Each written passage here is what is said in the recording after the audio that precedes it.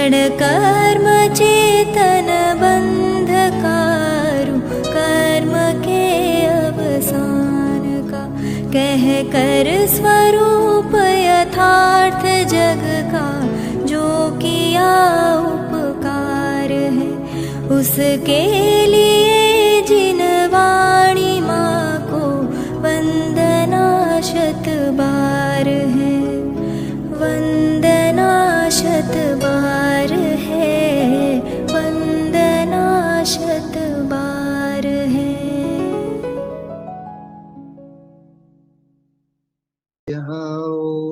ओम नमस्तेभ्यः, ओम नमस्तेभ्यः। नमो अरहन्ताणं, नमो सिद्धाणं, नमो वाय्याणं, नमो वज्रायाणं, नमो लोहे सवसायं।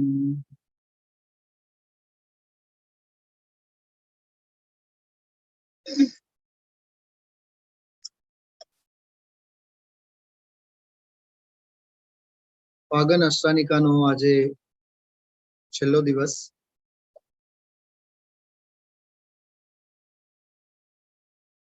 પૂજા વિધાનના ક્રમમાં આપણે પરમાત્મ પ્રકાશ વિધાન, પરમાત્મ પ્રકાશ મૂળ ગ્રંથના સ્વાધ્યાય સાથે 8 દિવસ સુધી રોજના 10-12-15 10-12-15 ગાથાઓ સાથે આપણે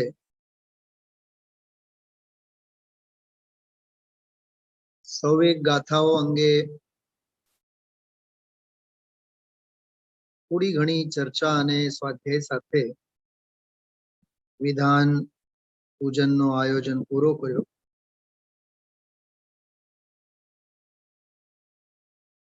ત્રીજો અધ્યાય ચાલે છે ગુરુદેવશ્રીના સળંગ પ્રવચનોના ક્રમમાં। આજે આપણે 117, 18 અને 19 આ 3 ગાથાઓ ઉપર આજે સ્વાધ્યાય આપણે સાંભળ્યો। 183 નંબરનો પ્રવચન આજે પૂરો થયો। 1977 11મી જાન્યુઆરીએ મંગળવારના દિવસે થયેલો પ્રવચન 183 183 નંબરનો પ્રવચન। 118મી ગાથા, એનો અર્થ, એની બધી વ્યાખ્યા કરતા બ્રહ્મદેવદત્ત સૂરી અને મૂળ ગ્રંથકાર યોગિંદુ દેવે જનેન્દ્ર ભગવંતોએ પણ બહુવિધમ રાજ્યમ ત્યક્ત્વા, અનેક પ્રકારનો વૈભવ ભોગ વિલાસ રાજપાટ ચક્રવર્તીની સંપદા વગેરે એ બધું છોડીને ભગવાન આત્માનો આત્મ વૈભવ તેઓએ પ્રગટ કર્યા। પણ તું માયા જાળને છોડીને મહાન પુરુષોની જેમ પોતાનો આત્મ કાર્ય કેમ નથી કરતો? તું પોતાનો આત્મ કલ્યાણ કર। હવાલો આપ્યો છે તીર્થંકર જેવા તીર્થંકરોનો અને પ્રેરણા આપી છે જગતના જીવો।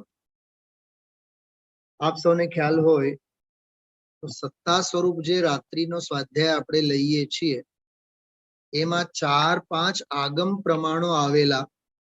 એમાં ઉપદેશ સિદ્ધાંત રત્નમાલા ગ્રંથમાંથી મૂળ પ્રાકૃત ભાષામાં લખેલી ગાથા, જે મોક્ષમાં પ્રકાશકના પહેલા અધ્યાયમાં સંકલિત છે કે જે સંસારના ભયોથી તીર્થંકર જેવા તીર્થંકરો પણ મૂકીને આત્મ સાધના અને આત્મ સંયમ વડે મુક્તિને પામ્યા, અને આ જગતના જીવ સંસારના ભયથી બીતો નથી અને આત્મ કલ્યાણ માટે આગળ વધતો નથી, આત્મરુચિ કરતો નથી।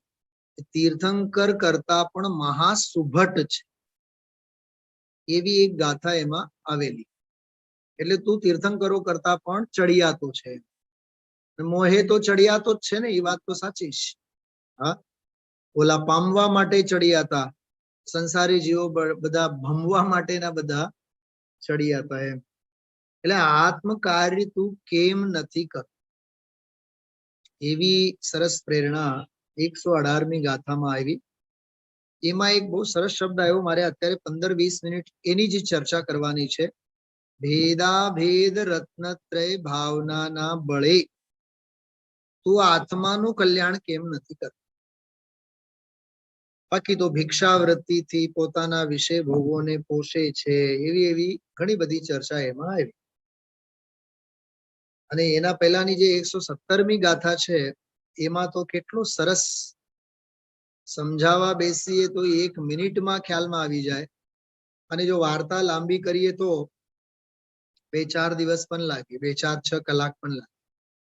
યૌવન રૂપી સરોવરમાં, મહાસરોવર શબ્દ છે સંસ્કૃતમાં, મહારદ. 117મી ગાથા એનો અર્થ જોજો. વિષયોની આકાંક્ષા રૂપ સ્નેહ રૂપી જળમાં પ્રવેશથી રહિત. એમાં તો જળ શબ્દનો પ્રયોગ કર્યું છે, બરોબર. પણ યૌવન રૂપી મહાસરોવરમાં, જો આગળ આગળ છે જેમાં વિષયોની આકાંક્ષા રૂપ સ્નેહ રૂપી જળમાં પ્રવેશથી રહિત સમ્યક દર્શન જ્ઞાન ચારિત્ર સ્વરૂપ અમૂલ્ય રત્નોના દાબડાથી પૂર્ણ એવા નિજ શુદ્ધાત્મ ભાવના રૂપ જહાજથી, નિજ શુદ્ધાત્મ ભાવના રૂપ જહાજમાં બેસીને યૌવન રૂપી મહાસરોવરને જેવો તરી જાય છે. શું કહે છે આ ગાથામાં? શું કહેવા માંગે છે? અરે, યુવાવસ્થામાં ધન વૈભવ સંપત્તિ બધી હોય, પણ એ યૌવન ઉદ્રેકમાં જેવો ફસતા નથી, વિષય ભોગોમાં જેવો રાચતા નથી, બરોબર. અહીંયા તો એટલી જ વાત કરી છે. તમે આગળ જતા જોશો તો ત્યાં તો એવું લખ્યું છે, અત્યારે આપ સૌ પાસે તો એ બધી ગાથાઓ અને એ બધું હોય નહીં, પણ હું તમને એક વાત કરું. આગળ એક ગાથા આવવાની છે. એ ગાથામાં તો એવું લખ્યું છે કે જે યુવાવસ્થામાં રહીને પણ જે આનો સર્વ ત્યાગ કરીને પોતાની ધર્મની આરાધના ને ધર્મની સાધનામાં જે આગળ જાય છે, તેમની તો અમે પૂજા કરીએ, એવું લખ્યું છે. 139 નંબરની ગાથા આવશે. હજી તો 117, 18, 19મી ગાથાઓ છે. એમાં તો ત્યાં એવું લખ્યું છે, સંતા વિષય જ પરિહરઈ વિષય ભોગો. સંતા એટલે હોતા, વિષય ભોગો હોવા છતાં, જુવાની હોવા છતાં, યૌવનનો ઉદ્રેક હોવા છતાં, જે પરિહરઈ એટલે તે વિષય ભોગોનો પરિહાર કરે છે. જુવાની છે પણ જેની માથે જુવાની હાવી નથી, સમજાય છે? શરીરે યુવાન છે પણ મનથી તો આત્મ સાધક જીવો છે. આ 139 નંબરની ગાથા આવશે આગળ. એમાં એવું લખ્યું છે, બલી કીજવું હવું તાસુ, અમે તો તેવા લોકોની તો પૂજા કરી. વિષય ભોગો છે પણ ભોગોમાં જે મહાલતા નથી, ભોગ હોવા છતાં ભોગી બનતા નથી, યોગી બને છે. ખ્યાલમાં આવ્યું? એમની તો અમે પૂજા કરીએ છીએ, એવું લખ્યું છે. ભાઈ, સંયમ પૂજ્ય છે, તત્વજ્ઞાન આદરણીય છે, તત્વજ્ઞાન પૂજ્ય છે, તત્વની ભાવના દૃઢ છે, પરમ પૂજ્ય શ્રદ્ધેય છે. અસંયમીને કોઈ નહીં પૂછે, અજ્ઞાનની કોઈ પૂછ નહીં થાય, 4 ગતિઓ સિવાય. તો પૂજ્યપણું જે છે એની વાત, આત્મ સાધનાની વાત બહુ સરસ છે. 117મી ગાથામાં એ યૌવન રૂપી મહાસરોવર, નાનકડી તળાવડી નહીં.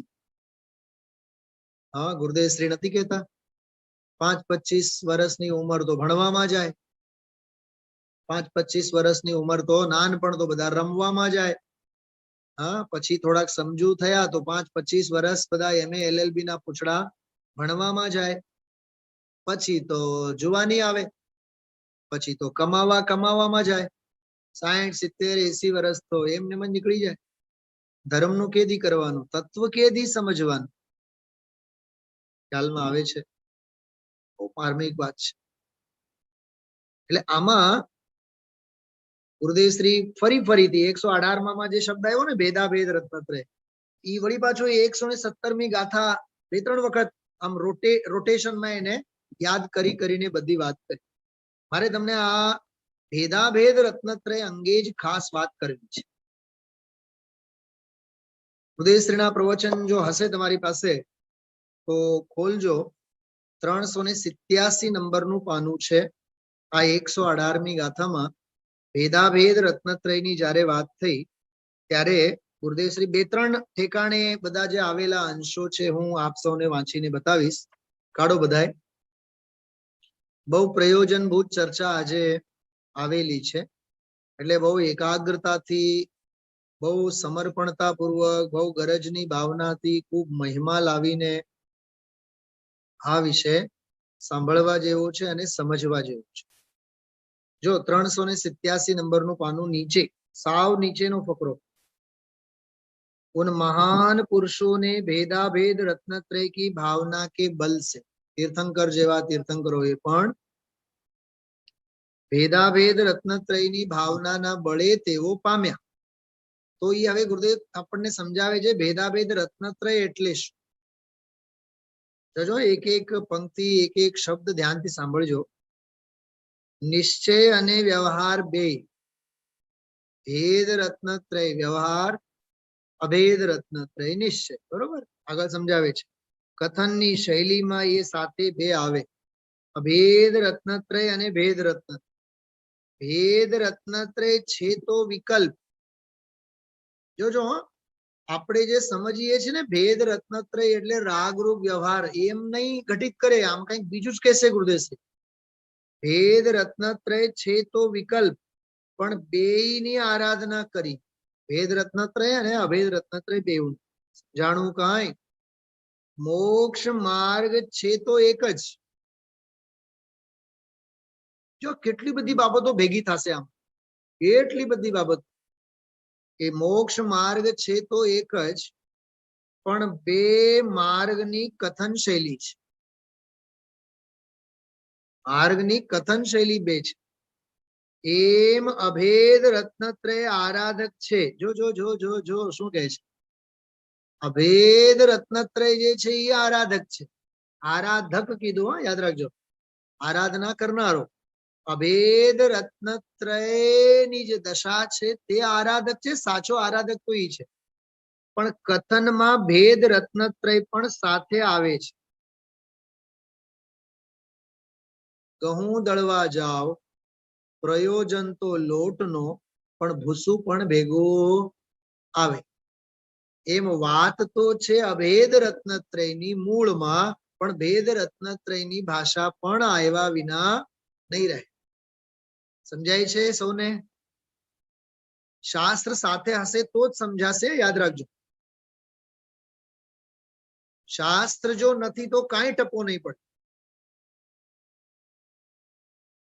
આજે જ મેં પૂજામાં કીધું, ગમે તેટલી સ્તુતિ અને સ્તવન હાથ મોઢે હોય ને તો એ મન મરકટ છે, મન વાંદરો છે, એ દોડશે જ. હા, અમારી તરફ જોજો તમે બધા. આ જો બધા દેખાય છે, આ 100 પેન્સિલ થી ટીક કરેલા, એ આખો ગ્રંથ, આગળની બધી ગાથાઓ. આજે વિધાન તો પૂરું થયું ને. મારી તો નૈતિક ફરજ છે ને કે ભાઈ બધું જ સાંગોપાંગ હું જોઉં. આપણે ઉપલક થી તો ગમતું જ નથી, ઊંડે તો ઉતરવું જ જોઈએ. પંડિતાઈ માટે વાત નથી, પોતે ઊંડાણમાં જઈને આનંદ લેવા માટેની વાત છે. જે પૂજામાં હતા એ સૌને ખ્યાલ છે. તમારામાંથી તો મને કોઈ ચહેરા દેખાતા નથી, છતાં કહું છું, 5 ઇન્દ્રિયોને ઊંટડાઓ તે સરખાવ્યા. એ ગાથા હજી આવશે ત્યારે આવશે. પાંચ ઇન્દ્રિયો એ ઊંટડા છે, ઊંટડા. ન ભીનું રહેવા દે, ન સૂકું રહેવા દે, બધું જ ખાઈ જાય, બધું જ ખાઈ જાય. અને ઊંટડું કેટલો ખાય તોય પેટ તો ભરાય જ નહીં એનું. એમ પાંચ ઇન્દ્રિયોની વાસનાનું એવું છે. તમે જો ટીવી ની સામે બેઠા હોય 2 કલાક 3 કલાક 4 કલાક 6 કલાક પેટ જ નથી ભરાતો. ઇન્દ્રિયોની વાસના એવી છે. કર્ણેન્દ્રિયની વાસના, ચક્ષુરેન્દ્રિયની વાસના. કેમ એને ઘોડા સાથે કેમ નથી સરખાવ્યા? ગાય સાથે કેમ નથી સરખાવ્યા? અરે ગધેડા સાથે તો સરખાવું જોતો તો નહીં. ગધેડાનો દાખલો આપ્યો ને ગાયનો દાખલો આપ્યો. દાખલો આપ્યો તો ઊંટડાનો. હા, વિચાર તો કરો આચાર્યો કેવા કેવા દ્રષ્ટાંતો આપે છે. ભાઈ પૂજ ગુરુદેવ શ્રીની આ એક શુદ્ધ સાત્વિક પરંપરા છે. હાથમાં શાસ્ત્ર હોવા જોઈએ. હા, ઘણા તો હવે ટેબ્લેટ તો મારી પાસે છે. 3500 ગ્રંથો થઈ ગયા છે અત્યાર સુધી. આમાં 3500. 2-4 વધારે હશે, ઓછા નહીં. છતાં જયારે જીનવાની વાંચવાનું હોય ત્યારે જીનવાની જ હાથમાં હોવી જોઈએ. આ ડિજિટલ નો કાંઈ અર્થ નથી. અને બેટરી ગમે ત્યારે, આના ભરોસે નહીં રહેવાનું. ખરેખર તમને હું ઘરે કોઈ દિવસ આ નથી વાપરતો. ચાલે બેન, ઘરે કોઈ દિવસ નહીં. હા, કોલેજમાં જાઉં ત્યાં બધા ગ્રંથો તો કઈ સાથે તો હોય નહીં. ઘરમાં રહું ત્યારે હું સ્વાધ્યાયમાં ત્યાં બેસું ઓફિસમાં, તારી સામે 5-25 બધા ગ્રંથો છે પડેલા. હું આ વાપરું જ નહીં, કોઈ દિવસ નહીં વાપરું. કેમ કે શાસ્ત્ર હોય તો શાસ્ત્રોમાં આપણે પોઈન્ટ કરી શકીએ, લખી શકીએ, થોડુંક આપણી નોંધ એમાં કરી શકીએ. એટલે સ્વાધ્યાયની આ સ્વસ્થ પરંપરાને જાળવી રખાય. આપણે આ ડિજિટલ યુગમાં એટલા બધા પણ ડિજિટલ આપણે નહીં થઈ જવાનું. હા, કે એકચ્યુઅલ શાસ્ત્રો જ આપણાથી વિસરાઈ જાય અને ભૂલાઈ જાય. તમે લોકો હસશો, થોડુંક વિચિત્ર લાગશે. કોઈ પણ સ્ત્રીને બાળકને ખોળામાં રમાડવાનું થાય તો બજારમાંથી ઢીંગલા ઢીંગલી લઈ આવવાનું, લઈ આવીને રમાડવાનું કે ઓરિજિનલ બાળકને રમાડવાનું? ઓરિજિનલ બાળક હોવો જોઈએ ને હાથમાં, ખોળામાં. એમ ઓરિજિનલ જીનવાણી હોવી જોઈએ. મારે કહેવાનો અર્થ.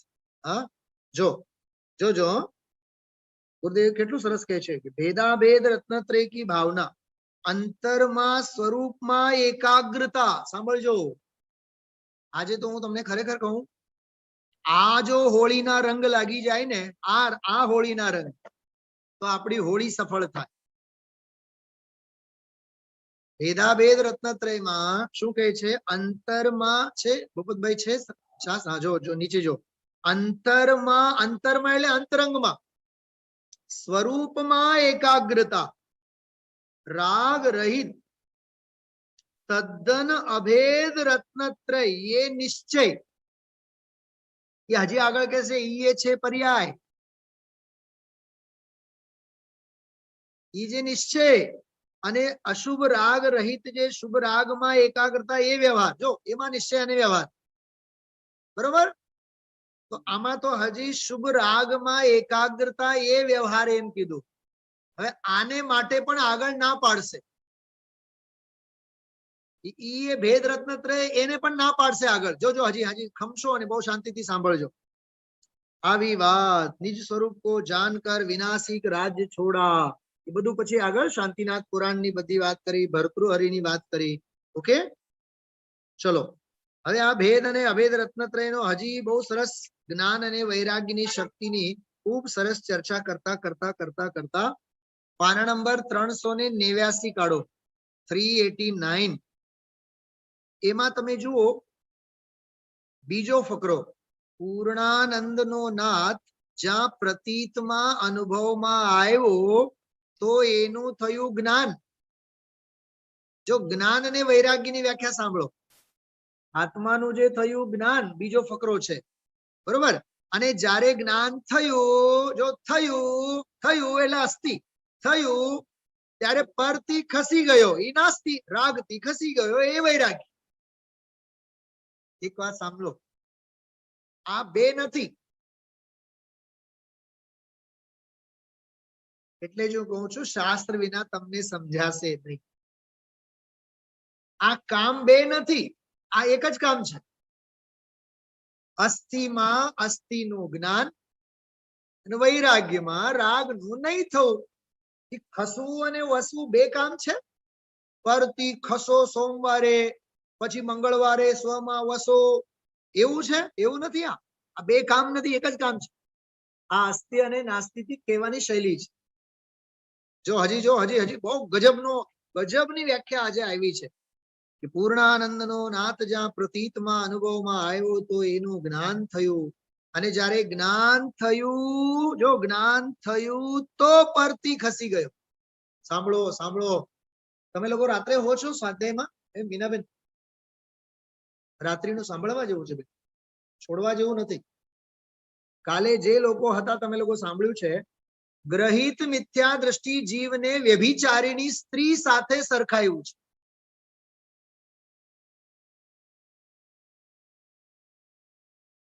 આવ્યું હતું ને કાલ રાત્રે? આખું વાંચી ગયો છો? એની તો લાંબી વ્યાખ્યા સોમવારે કરશો આપણે, આવતીકાલે. કાં તને પરપુરુષ પ્રત્યે એટલો પ્રેમ આવે છે, પતિ પ્રત્યે કેમ નથી આવતો? એમ તને કુગુરુ કુદે કુશાસ્ત્ર પ્રત્યે તો બહુ ઉછળે છે ને, વિનયથી બેસે છે ને? તો ત્રણ લોકના નાથ જિનેન્દ્ર ભગવાન પ્રત્યે વિનય કેમ નહીં? જો શું કહેવા માંગે છે? તને એટલી ભક્તિ કેમ નહીં ત્રણ લોકના નાથ પ્રત્યે? સમજી લેવાનું, તું વ્યભિચારીની સ્ત્રીની જેમ ગ્રહિત મિથ્યાત્વનો પોષણ કરનારો વ્યભિચારી જીવ છે. કેટલી અઘરી વાત છે, વિચાર તો કરો. એમ અહીંયા કહે છે કે પરથી ખસી ગયો, રાગથી ખસી ગયો, એ વૈરાગ્ય થયો. એવી બે શક્તિ જ્ઞાનીની નિરંતર હોય છે. ત્યાં નિર્જરાધિકારમાં જે કળશ આવે છે, સમ્યક દ્રષ્ટેર ભવતિ નિયુતમ જ્ઞાન વૈરાગ્ય શક્તિ, એની આ વાત છે. બરોબર? હવે જો આગળ, હવે ભેદાભેદ રત્નત્રયની ફરીથી ચર્ચા કરશે. પછીના ત્રીજા ફકરામાં ત્રીજી, પાંચમી, છઠ્ઠી લીટીમાં જો ભેદાભેદ રત્નત્રય કી ભાવના કે બલ સે, આ પાછું જાણવામાં આવ્યું કે ઈ એકલું શાસ્ત્રનું જ્ઞાન કર્યું એમ નહીં, અંતરમાં ભગવાન આત્માની એકાગ્રતા રૂપી અભેદ રત્નત્રય. સાંભળજો. અભેદ રત્નત્રય સાથે વિકલ્પ છે, એ વ્યવહાર છે, એની ભાવનાથી. એટલે ભેદ રત્નત્રય રૂપ ભાવના અને અભેદ રત્નત્રય રૂપ ભાવના. બરોબર? હવે નીચેનો ફકરો જો. વ્યવહાર નાખ્યો છે, ભાવ નહીં, વ્યવહાર નાખ્યો છે. શું કીધું ભૂપતભાઈ? પકડાય છે વાત? રાગ ભાવને નથી રાખ્યા ભેદ રત્નત્રયમાં, કેવળ વ્યવહાર નાખ્યો છે. મોક્ષ માર્ગ બે પ્રકારે કહેવાય છે ને, ઈ અપેક્ષાએ બે નાખ્યું છે. ઈ અપેક્ષાએ માર્ગ તો એટલે ગુરુદેવશ્રી જે છે ને, વીત રાગ નિશ્ચય અભેદ રત્નત્રય એક જ છે. એનો અર્થ શું થયો ખબર? એનો અર્થ એમ થયું, ઈ જે અભેદ રત્નત્રયની પરિણતિ છે, ખરેખર છે એ પર્યાય. હમણાં કહેશે ખરેખર તો એ અભેદ રત્નત્રય રૂપ પર્યાય જ સાચો વ્યવહાર છે.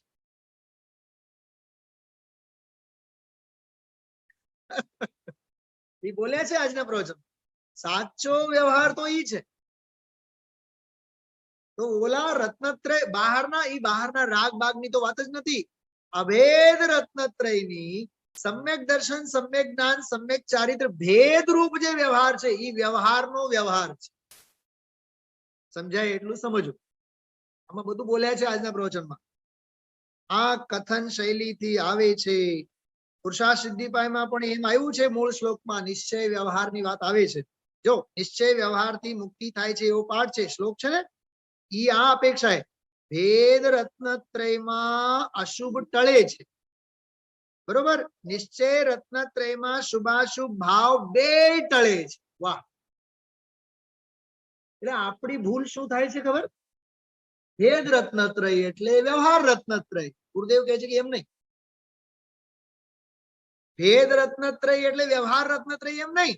એ અભેદ રત્નત્રયની પરિણતિને સમજાવવામાં જ્યારે આવે, નિશ્ચય સમ્યક દર્શન, નિશ્ચય સમ્યક જ્ઞાન, નિશ્ચય સમ્યક ચારિત્ર, એને કહેવાય અભેદના ભેદ. ઈ વ્યવહાર છે. ભેદ રત્નત્રય એટલે રાગરૂપ રત્નત્રય નહીં, તરાગ સમ્યકની વાત જ નહીં ભાઈ સાહેબ, એમ સમજાવવા માંગે છે. આખા 1 કલાકમાં આ આખો વિચાર બિંદુ આમાં બહુ વિસ્તારથી આવેલો છે.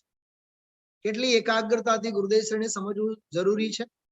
હા, હજી જો ભેદ રત્નત્રયમાં અશુભ ટળે, નિશ્ચય રત્નત્રયમાં શુભાશુભ બે ટળે, એ અપેક્ષા લીધી છે. આજે ભાઈ હિંમતભાઈ ગયા છે. જો બરાબર આવો કોઈ ગંભીર વિષય આવે તો ગુરુદેવશ્રી કેવી રીતે શ્રોતાઓને યાદ કરે છે. કેટલો અહોભાગ્ય હોય છે આવા જીવોનો. પંચાસ્તિકાયની વાત કરી. યાદ અશુભ વંચનાર્થમ એવો પાઠ છે પંચાસ્તિકાયમાં. અશુભ વંચનાર્થમ અસ્થાન રાગ નિષેધાર્થમ. પછી એમાં બધું દુવ્યંપી મોક હેવું 390 પાના ઉપર દ્રવ્ય સંગ્રહની 47મી ગાથા યાદ કરી છે. પછીના પાના ઉપર જો 390, એમાં પણ જો થોડું વચ્ચે જો, જ્યારે પોતાના ભગવાન આત્માનો ઝુકાવ થયો અંદરથી, મળ્યું બધાને 390 પાના ઉપર વચ્ચે 7-8 લીટી પછી. હા હા હા હા દુવ્યંપી મોક એમ, એના પછી જ્યારે પોતાના ભગવાન આત્માનો ઝુકાવ થયો અંદરથી, એ નિશ્ચય માર્ગ, જો એ નિશ્ચય માર્ગ એને કહેવાય. અને હજી પૂર્ણ થયો નથી તો રાગ બાકી છે. ધ્યાનમાં બે પ્રાપ્ત થાય છે, રાગ બાકી રહ્યો, એને આરોપથી વ્યવહાર માર્ગ કયો. ભેદ રત્નત્રય નહીં, આરોપથી વ્યવહાર માર્ગ કયો. નિશ્ચયથી તો ક્રમબદ્ધના નિર્ણયમાં તો જે સમયે નિશ્ચય થયો તે સમયે રાગ બાકી છે. એ તો રાગ જ છે, એટલે એનો અર્થ એમ નથી કે વ્યવહાર છે એટલે નિશ્ચય થયો. વાહ! એક સાથે વર્તતી બે ધારા, જ્ઞાન ધારા અને રાગ ધારા. તો જ્ઞાન ધારા રૂપ જે શુદ્ધ ધારા છે તે નિશ્ચય મોક્ષ માર્ગ છે. જે રાગ ધારા છે એને ઉપચારથી વ્યવહાર મોક્ષ માર્ગ કહેવામાં આવે છે. ભેદ રત્નત્રય નહીં, ભેદ પણ અભેદના ભેદ. સમજો, એક દાખલો આપું. આપણે બજારમાં શાક બક્કલ ખરીદવા માટે જતા હોય છીએ. સમજો કેરી છે, એક રેકડી ઉપર હાપુસના 500 રૂપિયા કિલો પ્રમાણે પ્યોર કેરી છે, અને એક બીજા ઠેલા ઉપર, રેકડી ઉપર સાવ સડેલી કેરી એના ઢગલા છે. એ કહી કે આ 50 રૂપિયાની. શું કરવાનું આપણે? 500 રૂપિયાનું 250 લઈ લેવાનું, પૂંજી હોય તો 1 કિલો ખરીદવાનું, પણ 50 વાળા ઢગલાને તરફ તો નજરે નહીં નાખવાનું.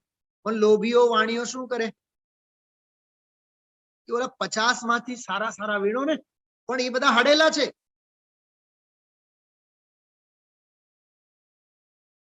હમણાં બારીલ સાહેબના પ્રવચનમાં એક બહુ સરસ વાત આવી હતી. શુદ્ધની વાત કરવામાં આવે છે તે મોક્ષ માર્ગ છે, પણ શુદ્ધ જ ભલો છે. શુભ અને અશુભ બંને બુરા છે, બરોબર? પણ આ લોભીઓ રાગી જીવ શું કરે? પુણ્યને ભલો અને પાપને બુરો. તો શુદ્ધ તો આની લિસ્ટમાં જ નથી. શુદ્ધ નહીં ના તો પક્ષમાં જ નથી આવ્યો અનાદિકાળ. કંઈક સમજાય છે? કેવડી ભૂલ થાય છે? હા, પુણ્ય ભલો પાપ બુરો, ત્યાં ભાગ પાડે છે. અને 77 નંબરની ગાથા પ્રવચન સારમાં ઈ જ તો વાત કરે છે. પુણ્ય ને પાપમાં તું ભેદ કરીશ તો હિંડદી ઘોર અપાર સંસારમ.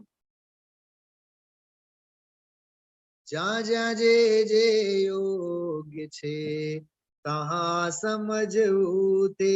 જો ભાઈ, હા, ત્યાં ત્યાં તે આચરે આત્માર્થી જન. એ મને તો આજે આટલો અંશ સાંભળતી વખતે વિચાર આવ્યા, ગુરુદેવ શ્રીએ જે 5 સિદ્ધાંતો આપણને સમજાવ્યા છે, એ 5 સિદ્ધાંતોનો આમાં નિકાલ આવ્યો.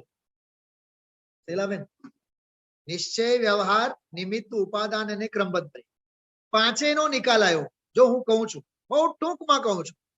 गुरुदेव श्री बोल्या निश्चयथी तो क्रमबद्धना निर्णयमां जे समये निश्चय थयो એટલે જ્ઞાનની ધારા તે જ સમયે રાગ બાકી છે ઈ કર્મની ધારા।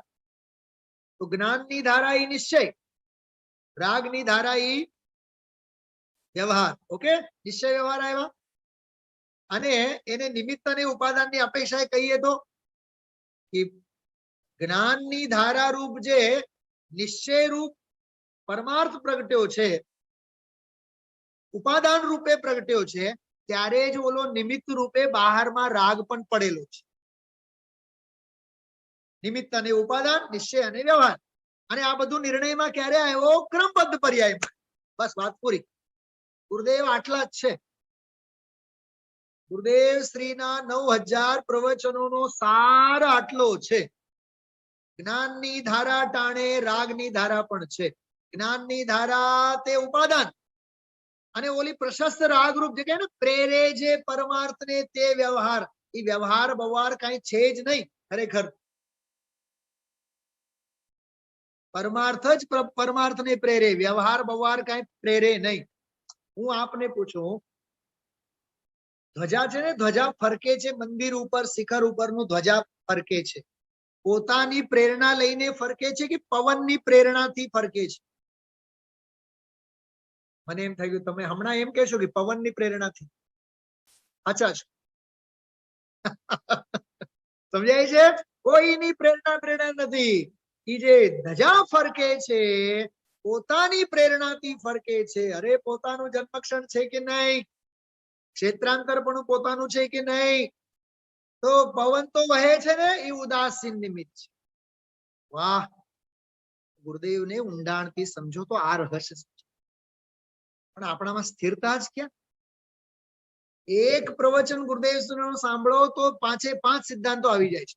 હું તમને આજના પ્રવચનમાંનો આ હીરા જડેલ એક જ પ્રમેય તમને કહું છું, ભેદાભેદ રત્ન।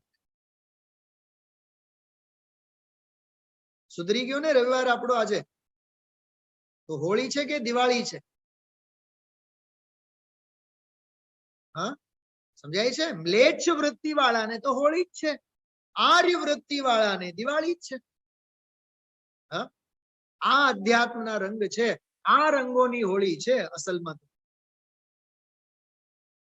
રાગ બાકી રહ્યો તેને આરોપથી વ્યવહાર માર્ગ કયો। નિશ્ચયથી તો ક્રમબદ્ધના નિર્ણયમાં તો જે સમયે નિશ્ચય થયો તે જ સમયે રાગ બાકી છે, એ તો રાગ જ છે। એટલે એનો અર્થ એમ નથી કે વ્યવહાર છે એટલે નિશ્ચય થયો, વ્યવહારથી નિશ્ચય થયો એમ નહીં। પોતાના સ્વભાવનો આશ્રય કરીને, જોજો છેલ્લી વાત કરું છું હવે, આશ્રય તો સ્વરૂપનો જ, સ્વભાવનો જ, જે દર્શન, જ્ઞાન, ચારિત્ર થયા તે જ તેની ઉત્પત્તિનો, મોક્ષ માર્ગની પરિણતિની ઉત્પત્તિનો કાળ નિજ ક્ષણ હતો, જો જન્મક્ષણ। તે જ ક્ષણે રાગ બાકી રહ્યો તેને વ્યવહાર રત્નત્રય કરીને કહ્યું છે। આ ભેદાભેદની વ્યાખ્યા ચાલી। ભેદાભેદની ભાવના શબ્દ છે। હજી થોડોક અંશ જો, સ્વરૂપનું અભેદપણું થતા નિશ્ચય, આવી નિશ્ચયની વ્યાખ્યા ક્યાંય સાંભળવા નહીં મળે। સ્વરૂપનું અભેદપણું થતા નિશ્ચય કહેવાય। અને પછી સમ્યક દર્શન, જ્ઞાન અને ચારિત્રને વાંચો વાંચો બેનો, તમે લોકો બેઠા છો? હા, એક એક ને જારે કહો, એક એક ને ગણો, તો તે શેનો વિષય છે? આવ્યો ભેદ રત્નત્રય, એ સદભુત વ્યવહારને કયો છે, પર્યાય છે। અને ત્રણેયનું એક રૂપ થયું ત્યારે નિશ્ચય થયો। હજી સાંભળો, હજી સાંભળો, એ ત્રણેયનો અભેદી નિશ્ચય અને ત્રણેય ભેદ રૂપે વ્યવહાર એ પણ પર્યાય છે। રાત્રે નિંદર નહીં આવે આ વાત સમજાય? અરે જે અભેદ રત્નત્રય ભાવ અને નિશ્ચય કીધું એને જ વળી પાછું પર્યાય છે નહીં, એ પર્યાય છે તો એને અભેદ થઈને નિશ્ચય કયો। ખરેખર તો દ્રવ્ય નિશ્ચય, વાહ, ખરેખર તો દ્રવ્ય નિશ્ચય અને પર્યાય અભેદ થઈ એ પણ વ્યવહાર. ગુરુદેવ શ્રી જેટલા સરળ લાગે છે એટલા સરળ નથી, એટલા અઘરા છે. એટલે આગળ પાછળ બધી તુલના કરીને શું સમજાવવા માંગે છે એ સમજવું. સરાગ સમ્યક્તની તો વાત જ નથી. નિશ્ચય અભેદ રત્નત્રયોમાં પણ આ સમ્યક દર્શન, આ સમ્યક જ્ઞાન, આ સમ્યક ચારિત્ર, એને પરમાર્થ વચનિકાની ભાષામાં કહેવાય અધ્યાત્મનો વ્યવહાર. તો દેવગુરુ ધર્મને ભજવું, વ્રત સંયમના પાલન કરવા, એ તો આગમનો વ્યવહાર છે. આખી દુનિયા આગમના વ્યવહારને રત્નત્રય કહીને એમાં પડેલ છે.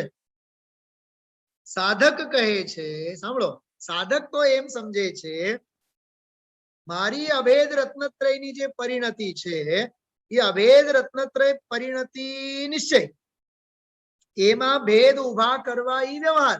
પણ ખરેખર તો અભેદ રત્નત્રયની જે પરિણતિ છે ને એ પર્યાય છે, માટે એ વ્યવહાર છે. એ સાચો ભેદ રત્નત્રય છે. એ અભેદ રત્નત્રયનો એ ભેદ રત્નત્રય છે. તો સ્વામીજી અભેદને સમજાવો ને.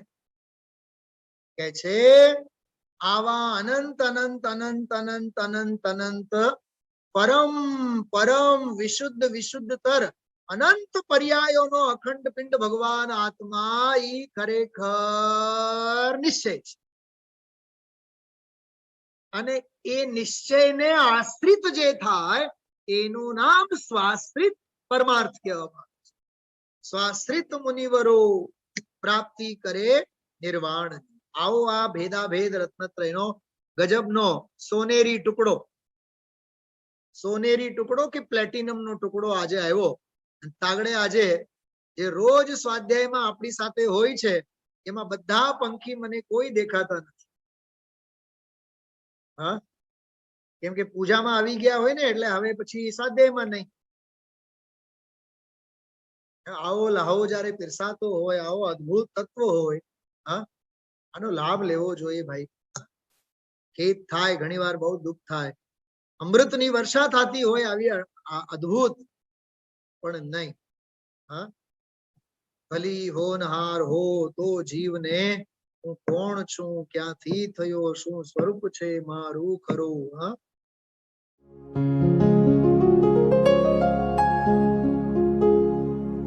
निज निधि निज में बताए यह अनंत उपकार है उसके लिए जिन वाणी माँ को वंदना शत बार है, वंदना शत बार है, वंदना शत बार है.